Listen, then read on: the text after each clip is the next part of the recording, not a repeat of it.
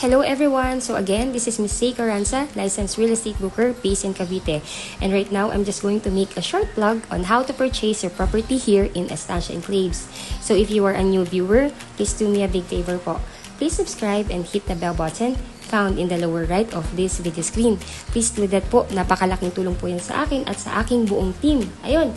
So ngayon po, itong pinapakita ko sa inyo ngayon is the construction update ng ating Estancia Enclaves Phase 1 sa area po na to, dito po nakatayo or itatayo yung mga ready for occupancy na pwede ninyong i-reserve. So number 1, kung kayo po ay OFW at wala sa Pilipinas, kasi majority po talaga ng mga client namin are OFW na wala sa Pilipinas. Kung gusto nyo na po mag-purchase ng property, all you need to do po, number 1, our number is already posted in this video. You can contact me or my agents na nakalagay po sa number na to or sa video na to.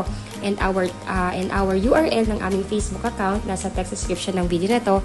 Please add us na rin po para at least we could have a live chat kung paano po namin kayo properly mag-guide sa journey ninyo ng pagkuha ng inyong property dito sa amin sa Estancia Enclaves. Number 2, mag-assign ng representative or SPA or Special Power of Attorney or Attorney in Fact na siyang kakatawan po sa inyo sa pagkuha ng inyong property dito sa Pilipinas. Siya po ang pipirma ng mga documents in behalf po ninyo while wala po kayo dito sa atin sa Pilipinas.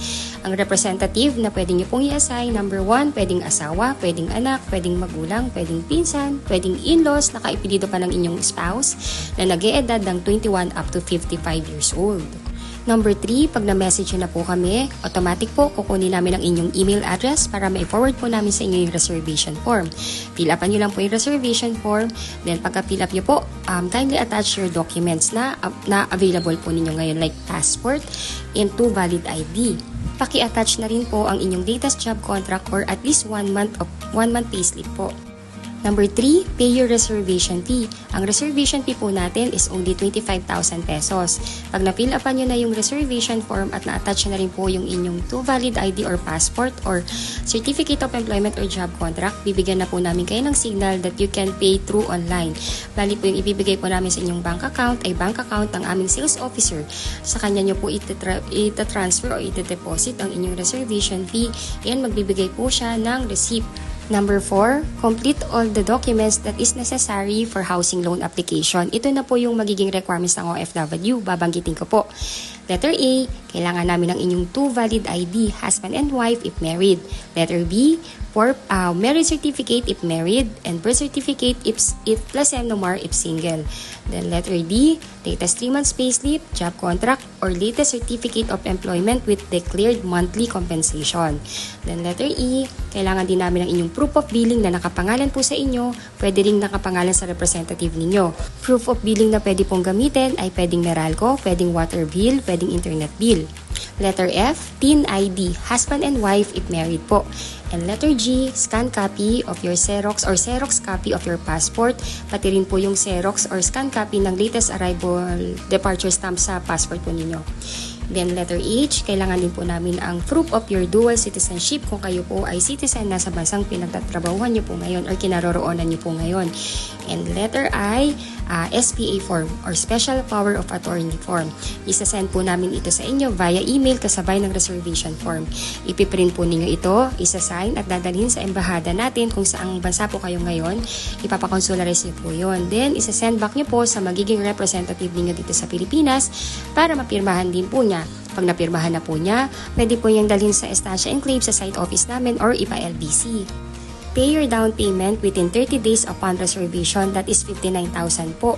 Ngayon po, pwede nyo po itong i-deposit directly sa bank account ng developer or pwede po kayong mag-request sa bank kung saan depositor kayo or ang inyong representative ng manager's check na nakalagay ang pangalan ng developer natin na si Raymoland Land Inc. at kasabay po doon ang exact amount na kailangan po sa inyong down payment which is about 59,600. Pag complete na po ang inyong requirements at bayad na po ang full down payment, ay stop payment na po muna kayo. Iintayin na lamang po natin ang approval ng inyong bank financing housing loan. Usually po, ang bank na nag-approve po sa inyo ay directly mag-i-email sa inyo upang i-inform kayo na kayo'y approve na. Pag naka-receive na po kayo ng email na ganon, basahin nyo lang po yung terms and condition and kung okay na po sa inyo, replyan nyo lamang po na ina-accept nyo na ito At sunod po nun, i-schedule na po kayo for the loan contract signing. Kung wala pa kayo sa Pilipinas, pwede po ang inyong representative ang siyang pipirma in behalf ninyo. Once po nakapagpirmahan na po ng contract, ang developer natin ay iintayin na lang ang loan proceed na ibigay sa kanya ng bangko. Once na-receive na po ng ating developer, hihingi naman po ang ating developer ng 30 to 45 days para po sa unit preparation at acceptance ninyo. And pagka na-schedule ng inspection, nakapag-inspect na kayo or ang inyong representative at okay na sa inyong pagkakagawa ng bahay, pwede nyo na itong i-accept ang susi at pwede na ninyong lipatan. Ayun po, easy as 1, 2, 3 lang po ang pagkuha ng property dito sa atin sa Pilipinas. So, ayun po, if you think po na nakakatulong po ako sa inyo para magkaroon ng kaliwanagan sa pag-purchase ng inyong pangarap na bahay dito sa amin sa Estancia Enclaves, please consider us to be your broker, partner, and agent sa inyong journey sa pagkuha ng inyong dream home dito sa Pilipinas. So again, our number is already posted in this video. I am Miss C. Carranza. You can add me in my Facebook account. Please follow me also in my YouTube channel, in my Facebook page, and TikTok. Just search Discounted Homes sa Pinoy. Ayun po yung mga number po namin. Nandito na rin po, pati yung number ng aking mga agents. We are happy and always ready to answer all your inquiries po. Ayun po, so if you have intentions to reserve or gusto nang ipatripin ang inyong mga relatives, just message us po. Ayun po, thank you so much for watching. And again, if you are new to my channel, please do me a big favor. Please subscribe and hit the bell button found in the lower right of this video screen. Thank you so much sa panonood po and till our next video. Bye po!